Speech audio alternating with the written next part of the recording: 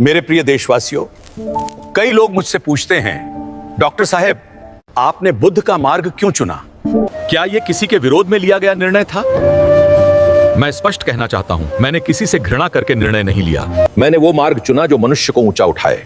मैंने अपने जीवन में अन्याय देखा, भेदभाव देखा, मनुष्य को मनुष्य से छोटा समझा जाते देखा। मुझे ऐसा मार्ग चाहिए था जो बराबरी दे, जो आत्मसम्मान दे, जो सोचने की स्वतंत्रता दे।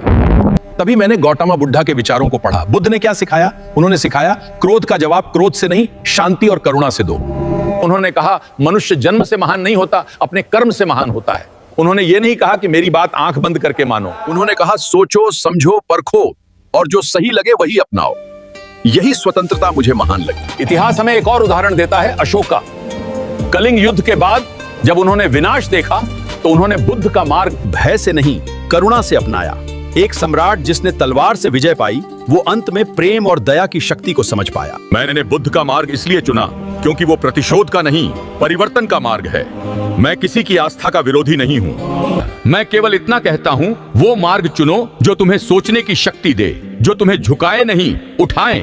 ये मेरे लिए धर्म वो है जो मनुष्य को स्वतंत्र करे, जो बराबरी सिखाए, जो ज्ञान को सर्वोच्च स्थान दे।